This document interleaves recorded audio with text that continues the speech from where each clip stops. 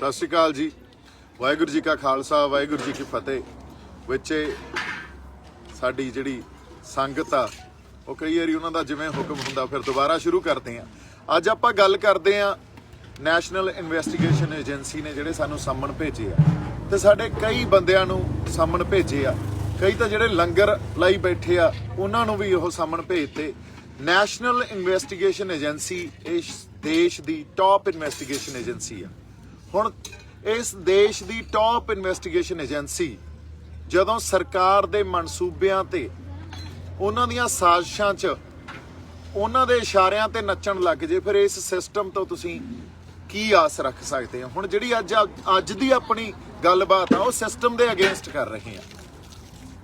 जिहड़ी लड़ाई असीं लड़ रहे हैं ना, पहलां तां इस लड़ाई दा मूल खांसा समझदे आ। बहुत जरूरी आ जिस मूल खांसे नूं समझना, क्योंकि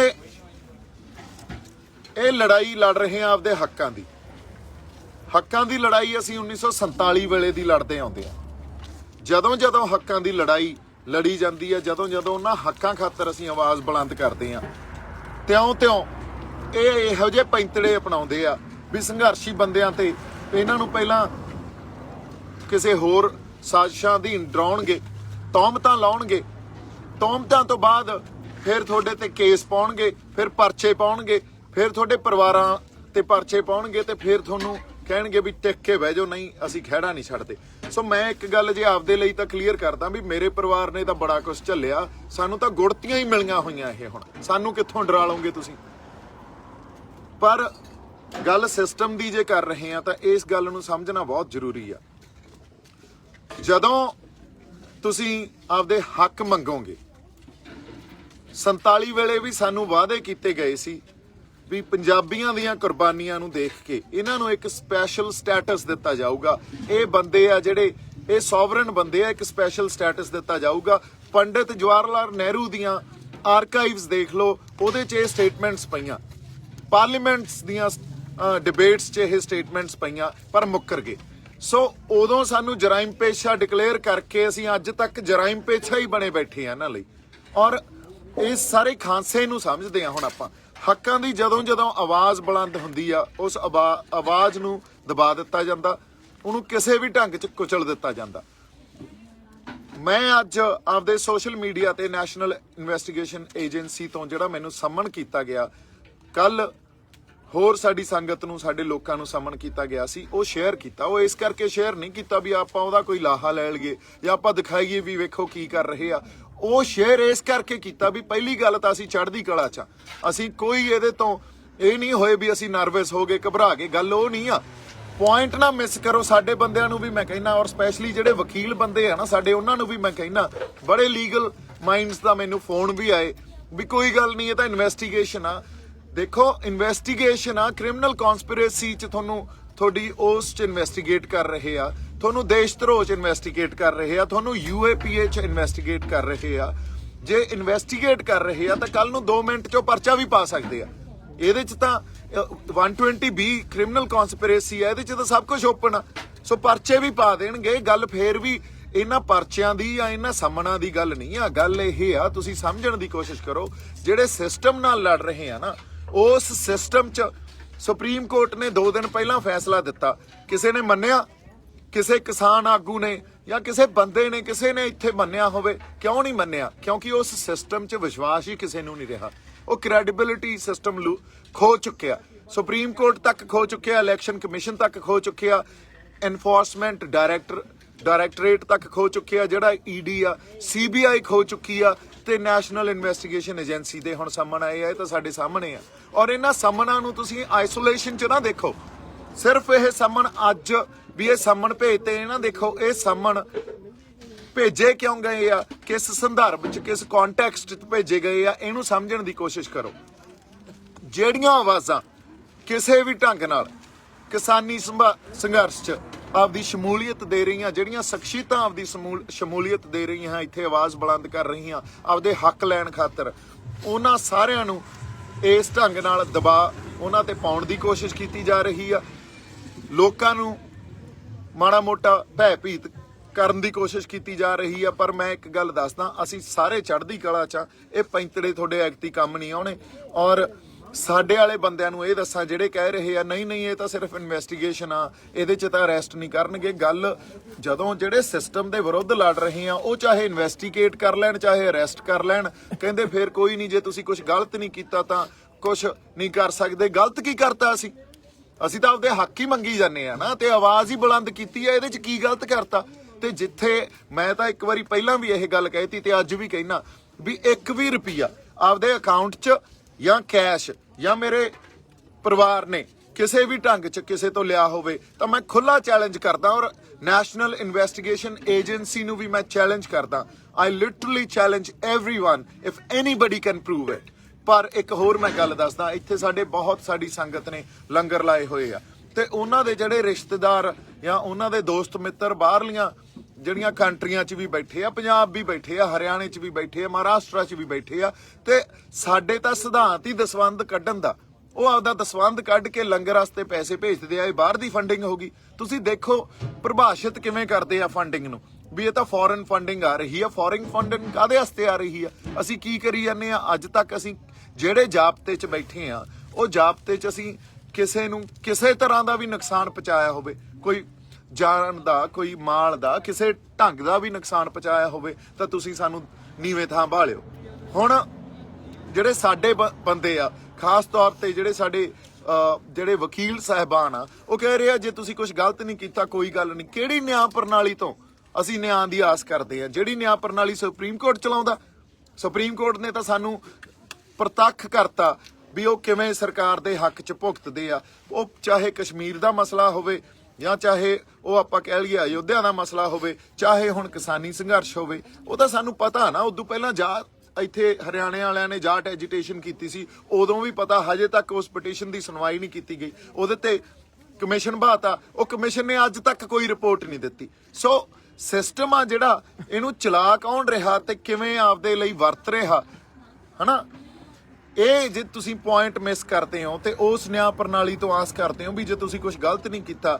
ਗਲਤ ਕੀ ਕਰ ਲਿਆ ਸੀ? ਗਲਤ ਤਾਂ ਅਗਲਿਆਂ ਨੇ ਬਣਾ ਦੇਣਾ। ਔਰ ਅਸੀਂ ਨਰਵਸ ਨਹੀਂ ਹੋਏ। ਅਸੀਂ ਇਸ ਪੁਆਇੰਟ ਨੂੰ ਪ੍ਰੂਵ ਕਰਨ ਦੀ ਖਾਤਰ ਵੀ ਜਿਹੜੀ ਲੜਾਈ ਤੁਸੀਂ ਲੜ ਰਹੇ ਹੋ ਨਾ, ਇਹ ਪੁਰਾਣੀਆਂ ਲੜਾਈਆਂ ਦੀ ਕੰਟੀਨਿਊਸ਼ਨ ਆ।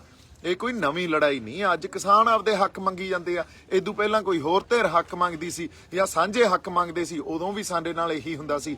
ਅੱਜ ਫੇਰ ਹੱਕਾਂ ਦੀ ਲੜਾਈ ਲੜ ਰਹੇ ਆ ਤਾਂ ਸਾਡੇ ਨਾਲ ਇਹੀ ਸਭ ਕੁਝ ਹੋ ਰਿਹਾ। ਸੋ ਕੁਝ ਨਹੀਂ ਬਦਲਿਆ, ਉਸੇ ਲੜਾਈ ਦੀ ਕੰਟੀਨਿਊਸ਼ਨ ਆ। ਹੁਣ ਜਦੋਂ ਮੈਂ ਬਾਰ-ਬਾਰ ਇਹ ਗੱਲ ਕਹਿੰਦਾ ਹੁੰਦਾ ਸੀ ਵੀ ਗੱਲ ਸਿਰਫ ਕਿਸਾਨੀ ਸੰਘਰਸ਼ ਤੱਕ ਸੀਮਿਤ ਨਾ ਰੱਖੋ, ਇਹਦਾ ਦਾਇਰਾ ਜਿਹੜਾ ਹੁਣ ਬਹੁਤ ਵੱਡਾ ਹੋ ਗਿਆ। ਸ਼ੁਰੂ ਜ਼ਰੂਰ ਕਿਸਾਨੀ ਸੰਘਰਸ਼ ਤੋਂ ਹੋਇਆ ਸੀ, ਕਿਸਾਨਾਂ ਨੇ ਇੱਕ ਇਸ਼ੂ ਨੂੰ ਆਈਡੈਂਟੀਫਾਈ ਕੀਤਾ ਸੀ, ਪਰ ਇਹ ਸਾਡੇ ਹੋਂਦ ਦੀ ਲੜਾਈ ਸੀ ਤੇ ਹੋਂਦ ਦੀ ਲੜਾਈ ਅੱਜ ਸਾਡੇ ਸਾਹਮਣੇ ਆ ਗਈ ਆ ਪ੍ਰਤੱਖ ਰੂਪ 'ਚ। ਸਾਨੂੰ ਇਹ ਕਹਿ ਰਹੇ ਆ ਤੁਸੀਂ ਨਹੀਂ ਸੋਚ ਸਕਦੇ ਜਿਵੇਂ ਤੁਸੀਂ ਸੋਚ ਰਹੇ ਹੋ, ਤੁਹਾਡੇ ਤੋਂ ਤੁਹਾਡੇ ਫੰਡਾਮੈਂਟਲ ਰਾਈਟਸ ਵੀ ਖੋਲਾਂਗੇ। Freedom of speech, freedom of speech ਤਾਂ ਸਾਨੂੰ ਇੰਡੀਅਨ ਕਨਸਟੀਟਿਊਸ਼ਨ ਦਿੰਦੀ ਆ ਨਾ। ਜੇ freedom of speech Indian constitution ਦਿੰਦੀ ਆ ਤਾਂ ਸਾਡਾ ਫੰਡਾਮੈਂਟਲ ਰਾਈਟ ਆ। ਨੈਸ਼ਨਲ ਇਨਵੈਸਟੀਗੇਸ਼ਨ ਏਜੰਸੀ ਉਹਨੂੰ ਵਾਇਓਲੇਟ ਕਰ ਰਹੀ ਆ। ਅਦਰਵਾਈਜ਼ ਨੈਸ਼ਨਲ ਇਨਵੈਸਟੀਗੇਸ਼ਨ ਏਜੰਸੀ ਆਧਾਰ ਦੱਸੇ, ਇਹ ਜਿਹੜੀ ਉਹਨਾਂ ਨੇ ਸਮਨਿੰਗ ਕੀਤੀ ਆ ਇਹਨਾਂ ਸਾਰੇ ਬੰਦਿਆਂ ਨੂੰ, ਇਹਦਾ ਕੋਈ ਆਧਾਰ ਦੱਸੇ। ਕੋਈ ਆਧਾਰ ਹੀ ਨਹੀਂ ਆ, ਪਰ ਸਰਕਾਰ ਦੇ ਪੱਖ 'ਚ ਖੜ ਜਾਂਦੇ ਆ, ਜਾ ਕੇ ਸਿਸਟਮ ਨੂੰ ਆਪਦੇ ਢੰਗ ਨਾਲ ਵਰਤਦੇ ਆ। ਸੋ ਇਹ ਇੰਡੀਅਨ ਡੈਮੋਕ੍ਰੇਸੀ ਦਾ ਇੱਕ ਜਿਹੜਾ ਰੂਪ ਆ। ਅਗਲੀ ਗੱਲ ਮੈਂ ਇਹ ਕਹਿਣਾ ਚਾਹਣਾ ਵੀ ਸਮਾਂ ਇਹ ਆ ਗਿਆ ਵੀ ਅਸੀਂ ਵਾਕਈ ਇਕੱਠੇ ਹੋ ਕੇ ਲੜੀਏ। ਕਿਉਂ? ਇਹ ਤੋਂ ਬਿਨਾ ਕੋਈ ਹੱਲ ਨਹੀਂ ਜਦੋਂ ਤੱਕ ਇਕੱਠੇ ਹੋ ਕੇ ਆਪਸ 'ਚ ਸਲਾਹ ਕਰਕੇ ਨਹੀਂ ਲੜਾਂਗੇ ਨਾ। ਹੁਣ ਦੇਖੋ ਤੁਸੀਂ, ਜਦੋਂ ਹੀ ਆਪਾਂ ਕਿਸਾਨ ਜਥੇਬੰਦੀਆਂ ਨੂੰ ਜਾਂ ਜਦੋਂ ਸਾਡੇ ਜਿਹੜੇ ਆਗੂ ਆ ਉਹਨਾਂ ਤੱਕ ਕੋਈ ਸਲਾਹ ਪਹੁੰਚਾਉਣੇ ਆ ਜਾਂ ਕਿਸੇ ਢੰਗ ਨਾਲ ਪਹੁੰਚਾਉਣ ਦੀ ਕੋਸ਼ਿਸ਼ ਕਰਦੇ ਆ, ਉਦੋਂ ਸਾਡੀ ਸੰਗਤ ਹੀ ਨਹੀਂ ਬੋਲਣ ਦਿੰਦੀ। ਉਹ ਕਹਿੰਦੀ ਵੇਖਿਓ ਯਾਰ ਆਹ ਗੱਲ ਨਾ ਕਰਿਓ, ਏਕਾ ਨਾ ਤੋੜਿਓ, ਏਕਾ ਨਾ ਤੋੜਿਓ। ਮੈਂ ਕਹਿੰਦਾ ਬਾਈ ਜੀ ਏਕਾ ਕਿਵੇਂ ਨਾ ਤੋੜਿਓ, ਤੁਹਾਨੂੰ ਗਰਾਊਂਡ ਰਿਐਲਿਟੀ ਪਤਾ ਕੀ ਹੋ ਰਿਹਾ। 17 ਕਿਸਾਨ ਜਥੇਬੰਦੀਆਂ ਦੇ ਆਗੂ ਇੱਕ ਪਾਸੇ ਮੀਟਿੰਗ ਕਰਦੇ ਆ, 13 ਇੱਕ ਪਾਸੇ ਮੀਟਿੰਗ ਕਰਦੇ ਆ। ਕਿਹੜਾ ਏਕਾ ਫਿਰ? ਇਹਦਾ ਤੁਹਾਡੇ ਮੂਹਰੇ ਉੱਥੇ ਦਿੱਲੀ ਜਦੋਂ ਮੀਟਿੰਗ ਕਰਨ ਜਾਂਦੇ ਆ ਜਿਹਦੇ ਚੋਂ ਕੁਝ ਨਹੀਂ ਨਿਕਲਦਾ, ਉੱਥੇ ਜ਼ਰੂਰ ਇਕੱਠੇ ਜਾਂਦੇ ਆ, ਪਰ ਤੁਹਾਨੂੰ ਇਨ ਬਿਟਵੀਨ ਗਰਾਊਂਡ ਰਿਐਲਿਟੀ ਪਤਾ। ਤੇ ਮੈਂ ਉਹਨਾਂ ਨੂੰ ਵੀ ਬੇਨਤੀ ਕਰਦਾ ਇਕੱਠੇ ਹੋ ਜਾਓ। ਹੁਣ ਅਸੀਂ ਜਿਹੜੇ ਸਿਸਟਮ ਨਾਲ ਲੜ ਰਹੇ ਆ ਉਹ ਕੋਈ ਖਾਲਾ ਜੀ ਦਾ ਵਾੜਾ ਨਹੀਂ ਆ। ਲੜਾਈ ਸੀਰੀਅਸ ਆ, ਅਗਲਾ ਪੜਾਅ ਬੜਾ ਸੀਰੀਅਸ ਆ। ਇਕੱਠੇ ਹੋ ਕੇ ਲੜੀਏ। ਜਿਹੜੇ ਆਈਡੀਆਜ਼ ਆ ਉਹਨਾਂ ਨੂੰ ਆਈਡੀਆਜ਼ ਨੂੰ ਤੁਸੀਂ ਜਨਰੇਟ ਹੀ ਨਹੀਂ ਹੋਣ ਦੇ ਰਹੇ, ਨਾ ਸੰਗਤ ਜਨਰੇਟ ਹੋਣ ਦੇ ਰਹੀ ਆ। ਸਪੈਸ਼ਲੀ ਜਿਹੜੇ ਫੇਸਬੁੱਕ ਤੇ ਬੈਠੀ ਆ, ਬਾਹਰਲੀ ਸੰਗਤ ਨਾਲ ਤਾਂ ਆ ਕੇ ਜਿਹੜੇ ਇੱਥੇ ਸਾਡੇ ਗਰਾਊਂਡ ਤੇ ਬੈਠੇ ਆ ਜੋ ਮਰਜ਼ੀ ਡਿਸਕਸ ਕਰ ਲਓ, ਉਹਨਾਂ ਨੂੰ ਕੋਈ ਇਹਦੇ ਤੋਂ ਮੁਨਕਰ ਨਹੀਂ ਹੁੰਦਾ। ਉਹ ਸੁਣਦੇ ਵੀ ਆ ਗੱਲ, ਤੁਹਾਡੇ ਨਾਲ ਸਲਾਹ ਵੀ ਕਰਦੇ ਆ, ਆਪਦੀ ਸਲਾਹ ਵੀ ਦਿੰਦੇ ਆ, ਤੇ ਇਹ ਹੁੰਦਾ ਸਾਰਥਕ ਮਾਹੌਲ, ਇਹ ਹੁੰਦਾ ਸੁਹਿਰਦ ਮਾਹੌਲ। ਪਰ ਜਦੋਂ ਕੋਈ ਸਲਾਹ ਦਿੱਤੀ ਜਾਂਦੀ ਆ ਉਦੋਂ ਹੀ ਨਾ ਨਾ ਨਾ ਨਾ ਕਿਤੇ ਤੋੜ ਨਾ ਦਿਓ, ਵੇਖਿਓ ਕਿਤੇ ਦੋ ਫਾੜ ਨਾ ਹੋ ਜਾਓ। ਨਹੀਂ ਜੀ, ਇਹ ਤਾਂ ਸਿਰਫ ਆਈਡੀਆ ਜਨਰੇਟ ਹੀ ਨਹੀਂ ਹੋਣ ਦੇ ਰਹੇ ਤੁਸੀਂ। ਜੇ ਆਈਡੀਆ ਜਨਰੇਟ ਨਹੀਂ ਹੋਊਗਾ ਫਿਰ ਸਲਾਹ ਕਿੱਥੋਂ ਪੈਦਾ ਹੋਊਗੀ? ਹੌਲੀ ਹੌਲੀ ਉਹ ਆਈਡੀਆ ਰਿਸੀਵ ਤਾਂ ਹੁੰਦਾ ਨਹੀਂ, ਉਹ ਜਨਰੇਟ ਵੀ ਨਹੀਂ ਹੋਣਾ ਤੇ ਉਹਨੇ ਬੰਦ ਹੋ ਜਾਣਾ। ਫਿਰ ਜੋ ਹੋਈ ਜਾਂਦਾ ਉਵੇਂ ਹੀ ਸਭ ਚੁੱਪ ਬੈਠੇ ਆ। ਸੋ ਅਗਲੀ ਗੱਲ, ਜਿਵੇਂ ਤੁਸੀਂ ਸੰਘਰਸ਼ ਨੂੰ ਡਿਫਾਈਨ ਕਰਦੇ ਹੋ ਨਾ, ਜਿਵੇਂ ਤੁਸੀਂ ਡਿਫਾਈਨ ਕਰਦੇ ਹੋ, ਔਰ ਸਪੈਸ਼ਲੀ ਇਹ ਸੰਗਤ ਨੂੰ ਕਹਿ ਰਿਹਾ ਮੈਂ, ਜਿਵੇਂ ਸੰਘਰਸ਼ ਡਿਫਾਈਨ ਕਰਦੇ ਹੋ, ਜਾਂ ਸਾਡੇ ਆਗੂਆਂ ਨੂੰ ਵੀ ਬੇਨਤੀ ਆ ਵੀ ਨਹੀਂ ਇਹਨੂੰ ਤੁਸੀਂ ਸ਼ਾਂਤਮਈ ਰੱਖਿਓ। ਨਹੀਂ, ਇਹ ਗਿਣਤੀਆਂ ਮਿਹਨਤੀਆਂ ਨਾਲ ਸੰਘਰਸ਼ ਨਹੀਂ ਲੜੇ ਜਾਂਦੇ ਹੁੰਦੇ। ਸ਼ਾਂਤਮਈ ਕੀ ਆ ਜਾਂ ਹਿੰਸਕ ਕੀ ਆ? ਅਸੀਂ ਕਦੇ ਹਿੰਸਕ ਹੋਏ ਆ? ਅੱਜ ਤੱਕ ਨਹੀਂ ਹੋਏ। ਪਰ ਜਦੋਂ ਪੰਜਾਬ ਤੋਂ ਤੁਰੇ ਸੀ, ਇੱਥੇ ਆਏ ਸੀ, ਉਦੋਂ ਬੈਰੀਕੇਡ ਭੰਨ ਕੇ ਹੀ ਆਏ ਆ ਨਾ, ਉਹਨਾਂ ਬੈਰੀਕੇਡਾਂ ਨੂੰ ਟੱਪ ਕੇ ਹੀ ਆਏ ਆ। ਉਦੋਂ ਤੁਸੀਂ ਸ਼ੰਭੂ ਤੇ ਖੜੇ ਇਹ ਕਹੀ ਜਾਂਦੇ ਸੀ ਇਹਨੂੰ ਨਹੀਂ ਨਹੀਂ ਇੱਥੇ ਹੀ ਬਹਿ ਜਾਓ, ਸ਼ਾਂਤਮਈ ਰੱਖੋ। ਨਹੀਂ, ਉਹ ਸੰਘਰਸ਼ ਦੇ ਜਿਹੜੇ ਵਹਿਣ ਹੁੰਦੇ ਆ ਨਾ, ਉਹਨੇ ਕਿੱਧਰ ਨੂੰ ਵਹਿਣਾ ਇਹ ਕੋਈ ਨਹੀਂ ਡਿਸਾਈਡ ਕਰਦਾ ਹੁੰਦਾ, ਇਹ ਤਾਂ ਪ੍ਰਮਾਤਮਾ ਡਿਸਾਈਡ ਕਰਦਾ।